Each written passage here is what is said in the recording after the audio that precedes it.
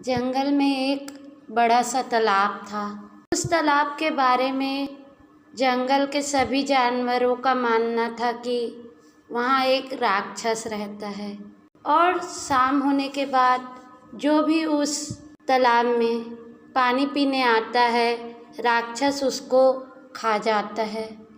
इस डर के कारण कोई भी जानवर उस तालाब में शाम होने के बाद जाने से डरता था। एक दिन एक खरगोश, जो कि उस जंगल में नया नया आया था, पानी पीने उस तालाब में चला गया।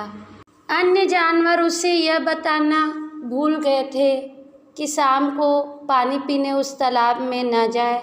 अब जब उस शाम उस खरगोश ने उस तालाब में पानी पीने के लिए अपने कदम बढ़ाए तो देखा कि बड़ी तेजी से उसकी ओर एक मगरमच्छ आ रहा है। यह देखकर खरगोश बड़ी तेजी से अपने आप को बचाकर जंगल की तरफ भाग गया। अब जंगल के जानवर उसको भागते हुए देखा तो उससे उसका कारण पूछने लगे। खरगोश ने बताया कि मैं तालाब में अभी पानी पीने गया तो एक मगरमच्छ तेजी से मेरे तरफ आता हुआ दिखा, इसलिए मैं वहाँ से भाग आया।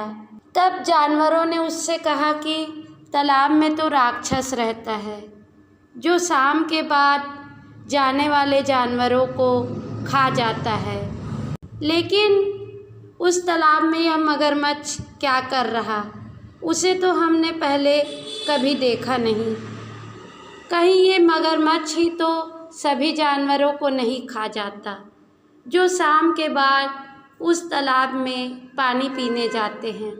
अगले दिन शाम को खरगोश के साथ सभी जानवर उस तालाब की ओर गए। सभी जानवरों ने देखा कि मगरमच्छ पानी में छुप गया, लेकिन उसकी पीठ अभी भी पानी के ऊपर दिखाई दे रही थी। अब खरगोश की समझ में यह आ गया कि मगरमच्छ ही वह राक्षस है जो दूसरे जानवरों को खा जाता है, लेकिन दूसरे जानवर इसे पत्थर समझ रहे थे। खरगोश ने सभी जानवरों को अब यकीन दिलाने के लिए जोर जोर से कहा, यह तो पत्थर ही है, लेकिन हम इसे तभी मानेंगे जब यह खुद बताएगा। बार बार खरगोश ने यही कहा कि यह तो पत्थर ही है, लेकिन हम तो तभी मानेंगे जब यह खुद बताएगा।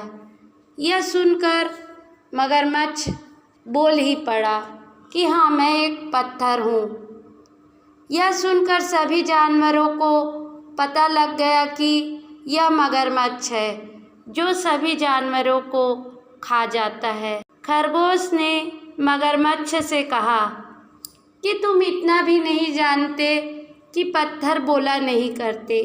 इसके बाद जंगल के सभी जानवरों ने उस मगरमच्छ को उस तालाब से भगा दिया। अब सब खुशी खुशी रहने लगे।